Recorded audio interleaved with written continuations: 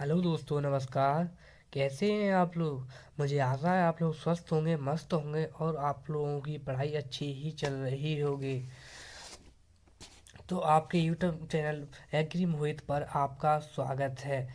आज मैं लेकर आया हूँ कक्षा 12 कृषि पशुपालन एवं चिकित्सा विज्ञान के शॉर्ट आंसर, जो प्रत्येक वर्ष 2 नंबर और 4 नंबर के अवश्य ही पूछे जाते हैं। परंतु चलने से पहले मैं आपको बता दूं, हमारे यूट्यूब चैनल एग्री मोहित पर स- कक्षा 11 व कक्षा 12 कृषि के सभी विषयों को क्रमबद्ध पढ़ाया व इम्पोर्टेंट क्वेश्चन दिए जाते हैं।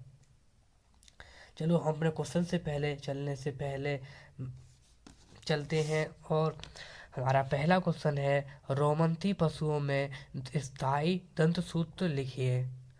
क्वेश्चन नंबर 2 है हमारा। क्वेश्चन नंबर इसी का आंसर मैं आज आंसर भी लेकर आया हूँ दोस्तों। आपको बता दूँ, इसका दंत सूत्र होगा, दंत सूत्र बराबर ऊपरी जबड़े का दाया व बाया भाग बट्टे नीचे जबड़े का दाया व बागा भाग। तो बता दूँ, ये है, देखो, 0+0/4+4 प्लस 0-0 - 0 प्लस 3+3। ये दोस्तों मैं बता दूं आपको, कृंतक दांत, इन्हें कील दांत, इन्हें अग्रचवर्णक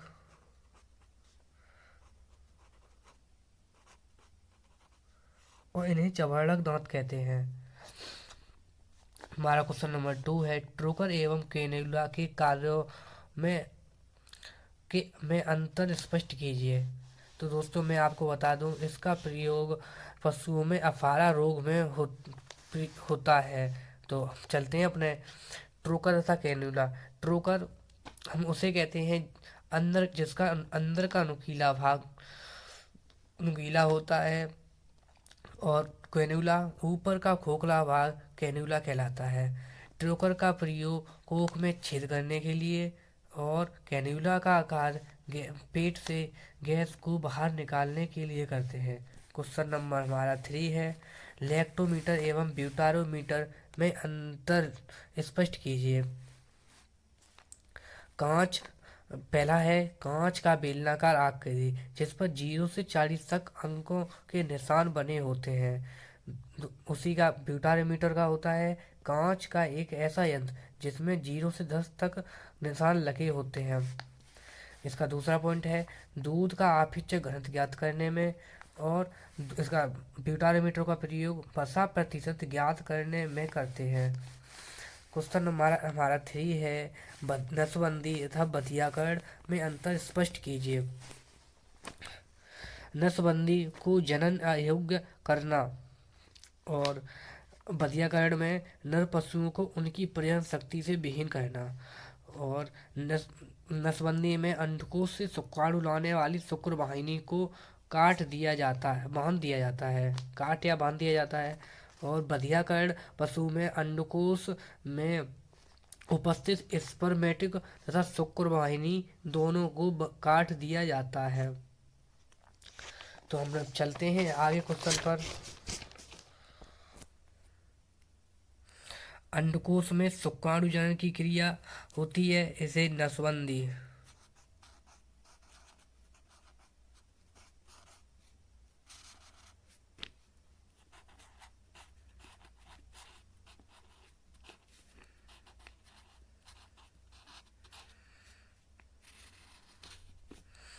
अंडकोश में शुक्राणु जनन की क्रिया होती है, और बधियाकरण किए गए सांड को शुक्राणुजन क्रिया नहीं होती।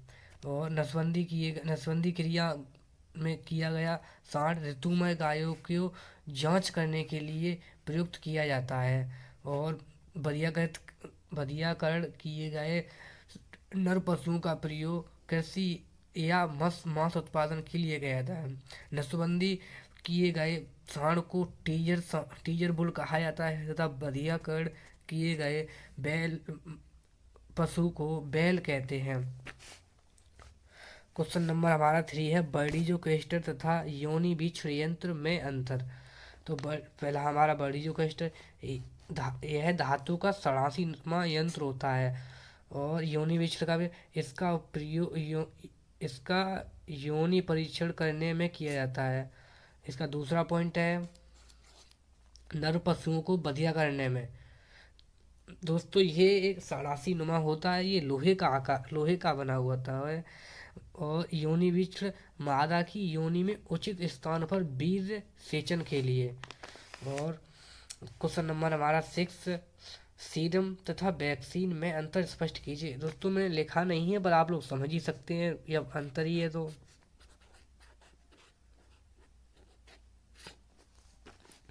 सीरम वे पदार्थ या औषधियाँ जो रोगी पशुओं को आराम देने व स्वस्थ करने के लिए दी जाती हैं, और वैक्सीन वे पदार्थ या ऑक्सीजन जो रोगों के प्रकोप होने के मौसम में पहले ही पशुओं में लगा दिए जाते हैं।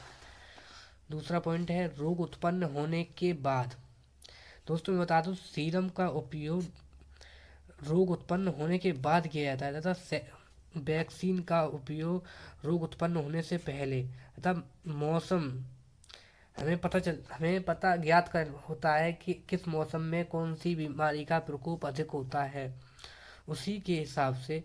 और और सीरम का प्रयोग 10 से 15 दिन तक ही रहता है प्रभाव, और वैक्सीन का प्रभाव वर्षों तक बना रहता है।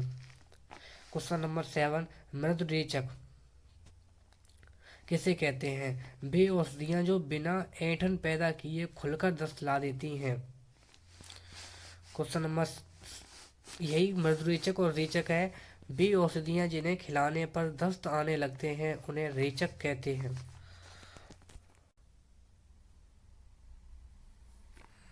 क्वेश्चन नंबर 9 हमारा होगा गाय को सुखाने की 2 विधियों के नाम लिखिए। तो हमारी पहली है अपूर्ण दोहन, एक समय दोहन करने से, या इसमें पूर्ण दोहन भी हम लिख सकते हैं। दोस्तों ये मुझे लिखने के लिए दिक्कत आ रही है क्योंकि मुझ पर स्टैंड नहीं है। आप लोग ये हमारे चैनल को सपोर्ट करें तो हमारी ये भी प्रॉब्लम ख़त्म हो सकती है। क्वेश्चन नंबर 10, कुड़क मुर्गी किसे कहते हैं? दोस्तों ये वेरी वेरी इंपॉर्टेंट क्वेश्चन है। जब मुर्गी अंडा देना प्रारंभ करती है तो कुछ दिनों तक अंडा देने के बाद कुछ दिनों के लिए अंडा देने बंद कर देती है। इस प्रावस्था में आने वाली मुर्गी को कुड़क मुर्गी कहते हैं। दोस्तों मैं साधारण भाषा में आपको बता दूं, ये जब मुर्गी अंडा देना बंद कर देती है, मतलब 1 से 2 महीने बाद जब अंडा देना वो बंद कर देती है, तो उसका प्रयोग चूजों को पालने के लिए किया जाता है, तो उसी मुर्गी को कुड़क मुर्गी कहा जाता है। क्वेश्चन नंबर 11, जुगाली करने वाले पशुओं में रूमेन का कार्य।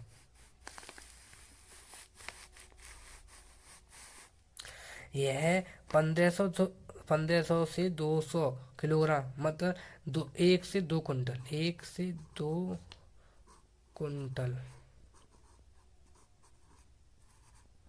कुंटल युक्त चारे का संग्रह स्थान होता है। दूसरा पॉइंट है इसके नीचे का आधा भाग तरल से भरा भरा रहता है जिसमें मंथन द्वारा भिगोकर आहार ये रिचेविंग के लिए गोले के रूप में मुख में भेजा जाता है। क्वेश्चन नंबर 13, हे बनाने वाली मुख्य फसलें। तो दोस्तों मैंने इसलिए अंडरलाइन कर दी है क्योंकि ये वेरी वेरी 6 नंबर के भी क्वेश्चन आता है, ये पर ये लॉन्ग हो जाता है, पर आप लोग इतना तो लिख ही सकते हैं, आपको नॉलेज हो जाए थोड़ी। तो पहली है ज्वार, मक्का, बाजरा, बरसीम। ये बरसीम ही मुख्य फसल है बनाने के लिए। रिजिका, लोबिया, सोयाबीन, जेई, सुडान आदि के द्वारा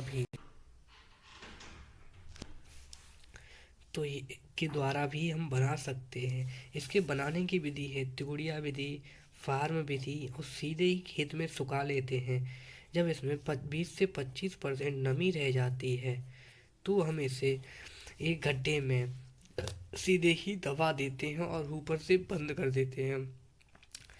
फिर है हमारा एक साइलेज, यह भी वेरी इंपॉर्टेंट है, VIMP। दोस्तों मैं यह भी PIMP ही है और ये भी। साइलेज की फसल, इसकी मुख्य फसल मक्का है और ज्वार, जई, घास। अब क्वेश्चन नंबर ये है हमारा 15। हे तथा साइलेज में अंतर। तो दोस्तों एक ही पॉइंट हमारा काफ़ी है। हे बनाई जाती है बिना कुट्टी किए दवाएं, और साइलेज बनाई जाती है कुट्टी के पश्चात के पश्चात। ये ऐसे ही दोनों बनाई जाती हैं।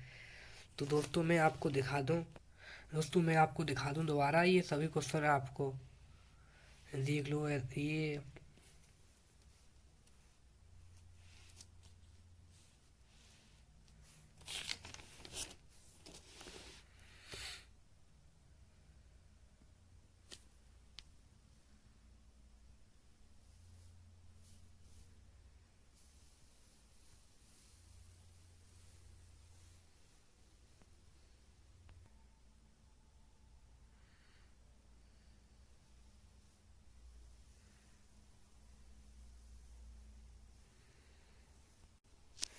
थैंक यू दोस्तों, हमारी ये वीडियो देखने के लिए आपका बहुत बहुत धन्यवाद। और ऐसी ही वीडियो देखने के लिए आप सभी लोग हमारे यूट्यूब चैनल को सब्सक्राइब और लाइक करें, तथा आप लोग कमेंट करें कि किस सब्जेक्ट के इम्पोर्टेंट क्वेश्चन लाए जाएं।